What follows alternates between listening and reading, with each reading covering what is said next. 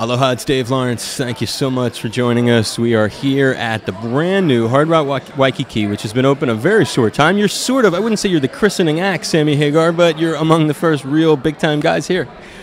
Big time?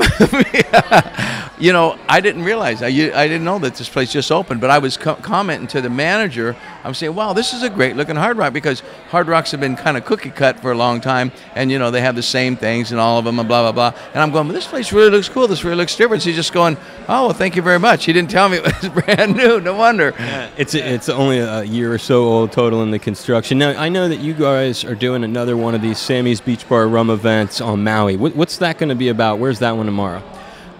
Same kind of thing as this, just doing press and stuff. You know, I want to get the word out that that I have this wonderful product. You know what I mean? It's like, so, you know, people think you just, you know, you put something out there and it just happens. It doesn't. You got to go out and let the world know, hey, listen, we got this great rum. Go try it.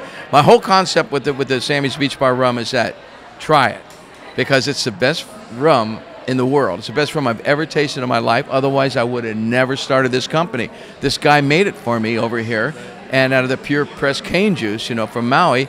And I just went, oh my God, I've never had any rum that tastes that good in my life. It was the same thing that when I tasted my tequila, the little guy, the little farmer that said, oh, here, this is my family's, you know, and I went, I've never had tequila this good. I'm starting a company. And that's what I did with the rum. I wasn't going to go in the rum business. I wasn't looking for a rum.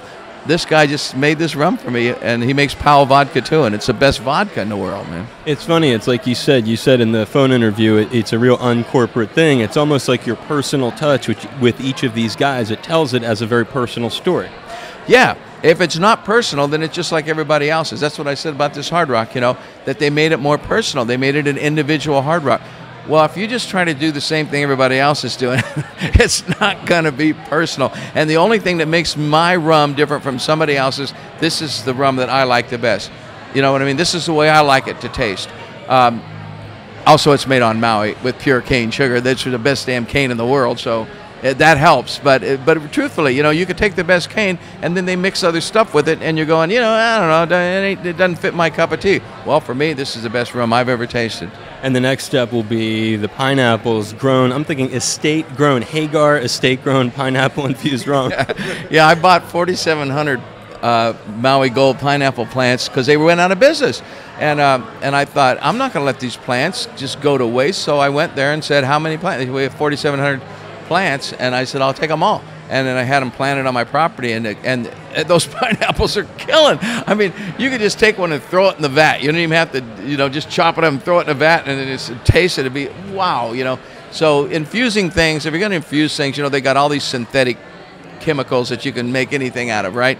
But I don't want to do that. So we're doing everything organic and everything from real product, and it makes a difference. On the organic front, we spent our whole phone interview talking about the rum, and it would be inappropriate to not give some plugs to this Chicken Foot song, which is an innovative song. It's the first rock song I've heard in years that is serious. It has a message. It goes beyond being a contemporary song. Talk a little bit about 3.5 Letters, I Need a Job, where it came from, and a little bit about that video too.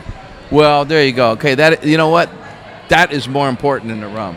I mean, that song, when I got the idea, my manager, who died in the middle of the project, kept saying to me, you got to write a song, I need a job, I need a job. I said, man, it's like, I can't drive 55. He said, it sounded like a protest song. It's kind of made up. So I didn't have an idea. And then right before he died, I got the idea, and I was reading a letter that was sent to me from a guy from Afghanistan. The second letter was that was the letter that turned me on. And I said, wow, you know what, I'm just going to read these letters. And I just wanted to make the statement, you know, it's not like I need a job. It's not like, you know, I know a lot of people that do, and I help as many people as I can, but it's just such a problem in the world, and it just needs to be talked about. You know, everyone talks about, you know, Obama saying, you know, change, change, change, and change, and everybody's trying to change, and they're right and all over the place. Man, forget about all this crap. People need work. People need it. They're not going to be out picketing and rioting if they got a damn job and can feed their family. You know what I mean? So it's pretty simple stuff, and not like I can change the world, but I love singing about that, and I like singing for people that are in that position. I like being the guy, the blue-collar stand-up guy, like Springsteen's done it his whole life. You know, Bono's been that way his whole life. I don't get to do that very often because I've always been in heavy metal bands, and we're frowned upon. What do that guy know? Well, too bad. Well, I know, and I'm singing about it, and I'm very proud of that. And the video's just real footage from people in the streets. Those three people, are they actors, or are those three people portraying the letters actors? One guy, the man in the beginning who at the end is home. Who lost his house.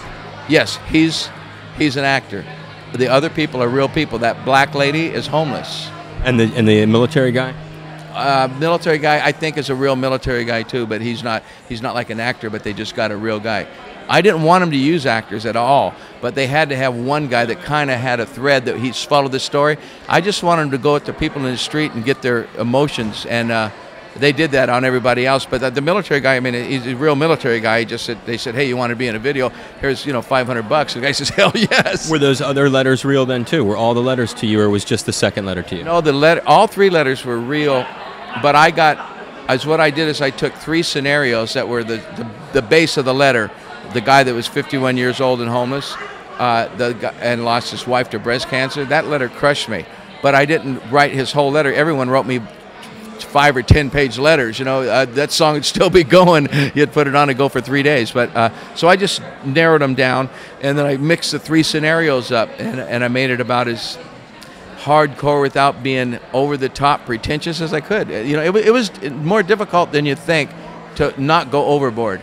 Hey, cuz, I just want to say, the whole reason of doing this today, I wanted to thank you for writing that. That is a huge song, dude. You made rock have a whole new relevance again. It's so serious, all the looks on everybody's faces, the little documentary video, I watched that, all about the making of it. So just from me to you, on behalf of all the unemployed people and all the people in America who appreciate you putting the spotlight on what's happening, a big mahalo, Sammy. We appreciate it. Man, hey, muchas gracias. I mean, I'll tell you what, the one thing that I just demand is that my guys at the record company, I made them send that out to all the presidential candidates. I just said they need to hear this song. If they're going to run, they need to discuss. If they want my vote, they need to just to listen to this and decide how they're going to fix that and start talking about it. And the bottom line is everybody's saying, well, who are you going to vote for? Who do you want to be? I'm saying, I want the guy that's going to fix that. So I don't care if he's Republican, Democrat, man, woman, black, white. Just fix that and I'll vote for you.